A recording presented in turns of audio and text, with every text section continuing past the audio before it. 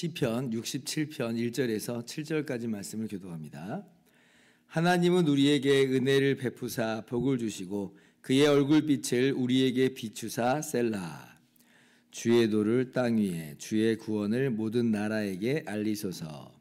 하나님이여 민족들이 주를 찬송하게 하시며 모든 민족들이 주를 찬송하게 하소서.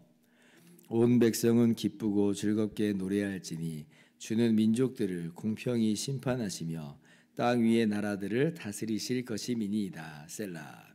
하나님이여 민족들이 주를 찬송하게 하시며 모든 민족으로 주를 찬송하게 하소서. 땅이 그의 소산을 내어 주었으니 하나님 곧 우리 하나님이 우리에게 복을 주시리로다. 같이요. 하나님이 우리에게 복을 주시리니 땅의 모든 끝이 하나님을 경외하리로다. 아멘. 할렐루야.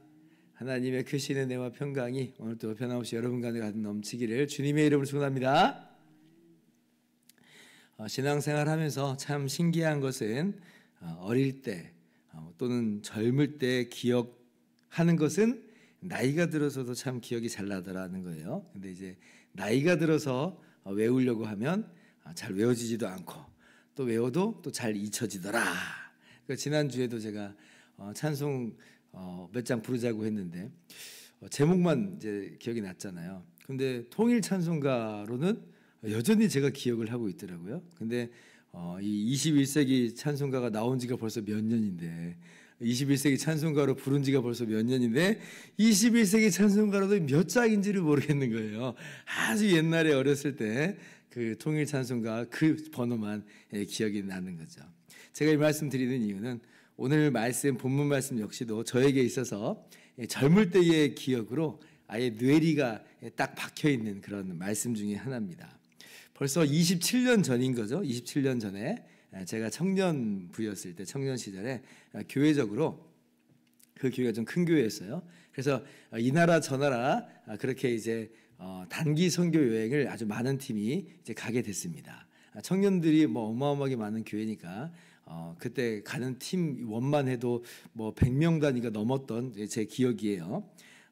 저는 이제 그때 말레이시아로 단기 선교 여행을 21일간 갔다 왔었는데, 근데 그때 이제 그 해에 그 단기 선교 여행을 주관하는 그 프로그램의 주제 성구가 어디였냐면 바로 이 시편 67편 1절에서 2절 말씀이었던 거예요.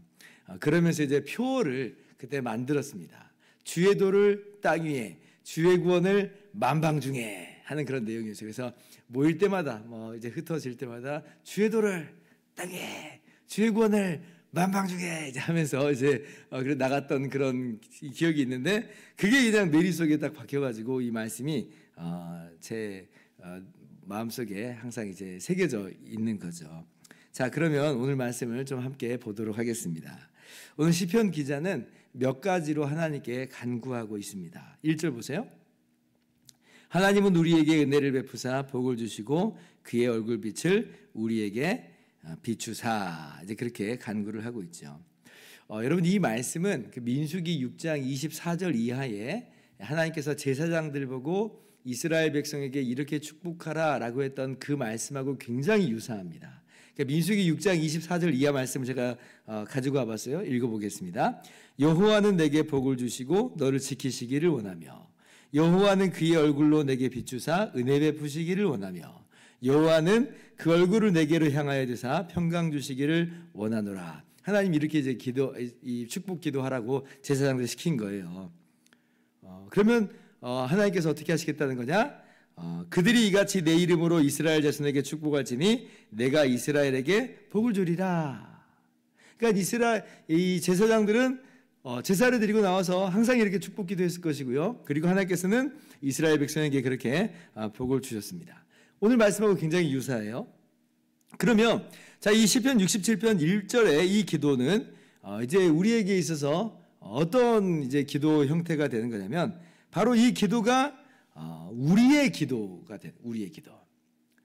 대제사장, 우리의 진정한 대제사장이신 예수 그리스도의 이름으로 우리가 기도하는 그런 기도의 내용이 되는 것이고, 그리고 그렇게 우리가 대제사장이신 예수님의 이름으로 기도할 때에 마찬가지로 하나님은 이제 들으시는 거죠. 들으셔요. 그러니까 지금 우리가 이 기도를 할 때 하나님이 과연 들을까 안 들을까 정말 참 고민스럽네. 들어주시면 참 좋겠는데 안 들어주시면 어떡하지? 라고 하는 그런 불안이나 혹은 의심으로 하는 기도가 아니라 하나님께서 그렇게 축복 기도하라고 시키는 그 내용과도 같이 우리는 기도하는 것이고, 무엇보다도 예수 그리스도의 이름으로, 대제사장이신 예수님의 이름으로 기도하는 것이므로 하나님께서는 그들이 이렇게 축복하면 내가 응답하겠다, 복을 주겠다, 그들이 이렇게 기도할 때 내가 복을 주겠다 말씀하셨으니 반드시 오늘 우리의 기도를 들으시고 응답하시며 우리에게 복을 주시는 것입니다. 여러분 믿으시기 바랍니다. 우리가 오늘 이 기도로 동일하게 나아갈 때 우리는 불안함이나 염려나 의심으로 하는 것이 아니라 하나님의 말씀을 따라서 대제사장이신 예수님의 공로 의지하여 그 이름으로 기도하는 것이고요. 하나님은 오늘 우리의 기도를 들으시는 거예요. 믿음으로 기도하세요.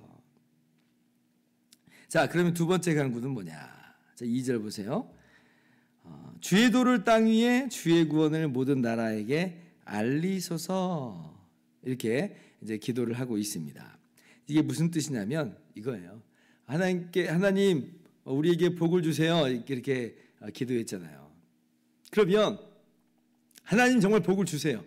우리에게 예수 그리스도 이름으로 복을 주십니다. 그러면 그 복을 가지고 뭐 어떻게 하겠다는 거냐라고 우리에게 묻는 것과도 같아요. 그러니까 우리가 복을 받는 목적이 뭐냐? 하나님께서 우리에게 복을 주시는 그 목적이 뭐냐? 방향이 뭐냐라고 하는 거예요. 그럴 때 오늘 시편 기자의 이 기도의 방향, 복을 주실 때 그 복을 받아서 어떻게 하겠다는 건가? 뭐라고 말해요?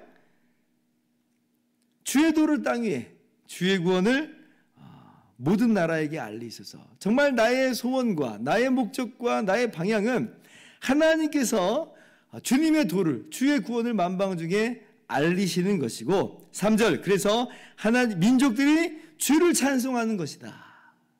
이것이 이 시편 기자가 기도하는 기도의 목적과 방향이라고 하는 것이에요. 여러분 우리가 우리의 삶의 방향이, 우리의 기도의 방향이 어느 쪽으로 향하여져 가야 되고 또 어떤 방향이어야 되는지를 오늘 우리에게 너무나 잘 말씀하고 있죠. 오늘 이렇게 묻는다 생각해 보세요. 너 복 받아서 뭐 하려고? 너 복 받아서 뭐 하려고? 하나님께서 이렇게 묻는다고 생각해 보세요. 우리가 오늘 복을 주십시오라고 기도하고 있는데 하나님 이렇게 물어보세요. 그래, 내가 복 줄게. 근데 너 복 받아서 뭐 하려고? 라고 이제 묻는 거예요. 우리가 여기에 대해서 대답을 좀 할 수가 있어야 되는 것입니다. 사실 이스라엘 백성들이 이 대답을 하는 것에 있어서 실패를 했죠. 자기들만 복 받는 민족으로 그냥 끝나버리기 일쑤였다는 거예요. 이 복을 나눠주는 복의 통로로서의 그 사명은 놓쳐버렸다라고 하는 겁니다. 다른 나라, 다른 민족 사람들에게 복 받고 싶으면 내게 머리를 수구려, 이런 식으로 아주 꼿꼿한 그러한 모습으로 나간 거죠. 그래서 이방인들하고는 상종을 안 하잖아요. 상종을 안 해요. 심지어 이런 선민 사상이 얼마나 정말 강력했는지 요나 선지자마저도 이방 니느웨에 복음을 전하라, 하나님 말씀을 전하라고 하는 것을 그 말씀을 불순종하고 다시스로 오히려 도망을 가버리는 이제 그런 이제 모습을 취하기도 했잖아요. 그러나 그런 모습들은 하나님께서 기대하시는 것, 하나님의 뜻과는 전혀 다르다라고 하는 것이에요. 애초에 하나님께서 아브라함을 택하시는 그것도 한번 잘 생각해 보세요. 너는 본토 친척 아비 집을 떠나 내가 너에게 지시할 땅으로 가라 하셔서 아브라함이 순종해서 갔습니다. 그래서 아브라함에게 이렇게 계속해서 약속하시기를 내가 너에게 복을 줄지니 너는 복이 될지라.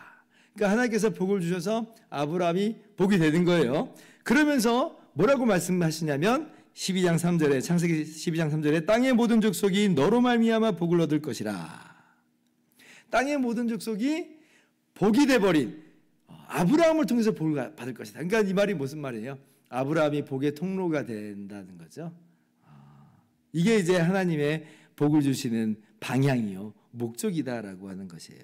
근데 이제 이스라엘 백성들은 그 말씀에 있어서 실패하고 그렇게 하지 못했다는 것이죠.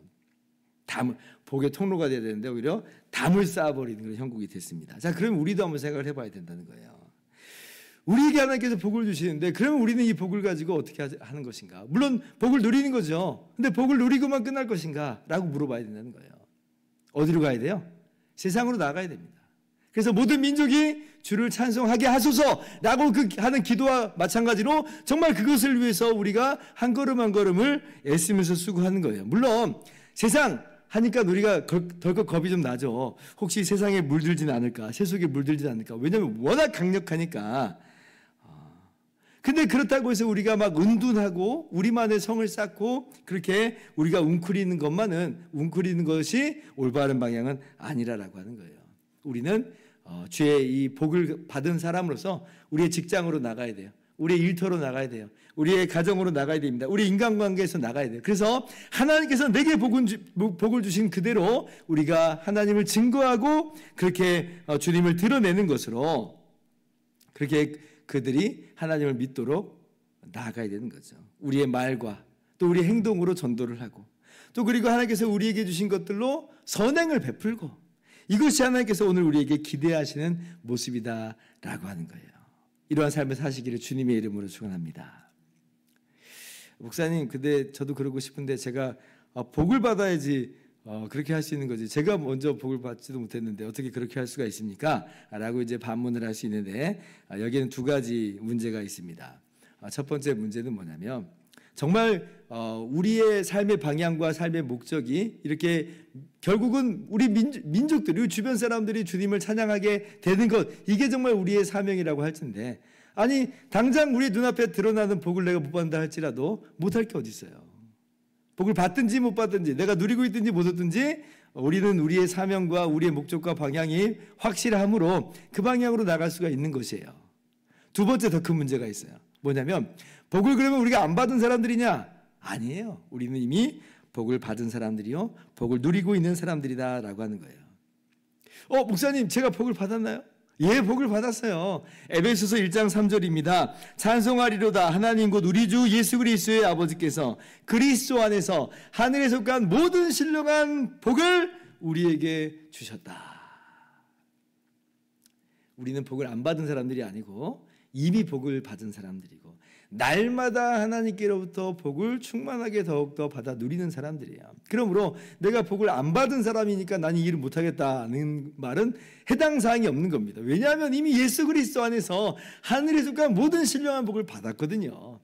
그렇기 때문에 우리는 받은 복으로서 우리가 주님의 도를 땅 위에 주의 구원을 만방중에 알릴 수가 있는 것이에요. 오늘 그렇게 우리가 받은 복을 한번 헤아려 보면서 우리가 그렇게 죄의 권세와 사단의 권세와 사망의 권세에서 벗어난 그 기쁨과 감격과 그 복을 헤아려 보면서 더 이상 우리에게는 진노하심이 없고 저주다 정죄가 없음을 기억하면서 이 받은 복을 주변에 있는 모든 이웃들에게 나누고 알리는 우리 모두가 될 수 있기를 바랍니다. 7절 말씀 같이 읽습니다. 시작. 하나님이 우리에게 복을 주시리니 땅의 모든 끝이 하나님을 경외하리로다. 아멘. 예, 하나님께서 우리에게 복을 주셨고 마침내 땅의 모든 끝이 하나님을 경외하게 하실 것입니다. 우리가 복을 받은 사람으로서 우리 이 사명을 주님 오신 날까지 잘 감당하는 저와 여러분 되기를 주님의 이름으로 축원합니다. 기도하겠습니다.